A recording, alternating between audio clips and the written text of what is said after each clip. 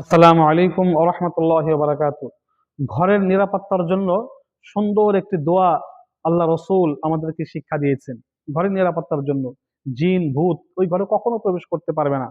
মহানবী সাল্লাল্লাহু আলাইহি ওয়াসাল্লাম একবার বসে আছেন, মানে একটা আওয়াজ হলো, তিনি বললেন একজন ফেরেশতা আগমন করেছেন। বললেন সে ফেরেশতা কখনো আগমন করেন নাই, যে এই 2000 আসমান জমিন সৃষ্টির 2000 বছর পূর্বে আল্লাহ পাক রব্বুল আলামিন কোরআনে কারিমের একটি আয়াত আল্লাহ পাক আগেই তিনি এটা ওখানে এই জমা করেছেন, লিখে দিয়েছেন, যে কোনো ব্যক্তি, সেটা হলো সূরা বাকারার শেষ দুই আয়াত, আমানার রাসূলু বিমা উনজিলা ইলাইহি মির রাব্বিহি ওয়াল মুমিনুন।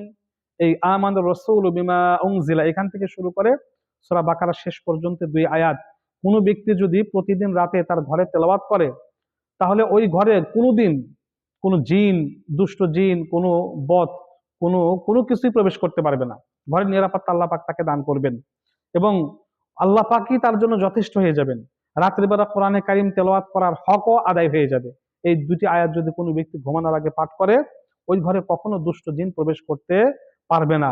মহানবী সাল্লাল্লাহু আলাইহি সাল্লাম বলেন, তোমরা তোমাদের ঘরে প্রতিদিন সূরা বাকারার শেষ দুইটি আয়াত তেলাওয়াত করো, তাহলে আল্লাহ পাক তোমাদের এই ঘরের নিরাপত্তা, তোমাদের ঘরের বাসিন্দা যারা আছে, ঘরের পরিবারের সদস্য যারা আছে, তাদেরকে নিরাপত্তা প্রদান করবেন। কোনো জিন, কোনো দুষ্ট জিন বা কোনো কিছু ক্ষতি করতে পারবে না। আল্লাহ তার জন্য যথেষ্ট হয়ে যাবে। অনেক ফজিলত, এই এই 1.5-2 মিনিটে এর ফজিলত বলে শেষ করা যাবে না। তা আমরা প্রতি রাতে ঘুমানোর আগে মানে যদি বাড়ির কর্তা হয় একটু জোরে জোরে পড়বেন, যাতে সবাই শুনলো, আওয়াজটা ঘরের সব কোণে কোণে যাতে পৌঁছে যায়। এই দুটি আয়াত তেলাওয়াত করলে আল্লাহ পাক ঘরের নিরাপত্তা দান করবেন এবং আল্লাহ তার জন্য যথেষ্ট হয়ে যাবেন। আমিন।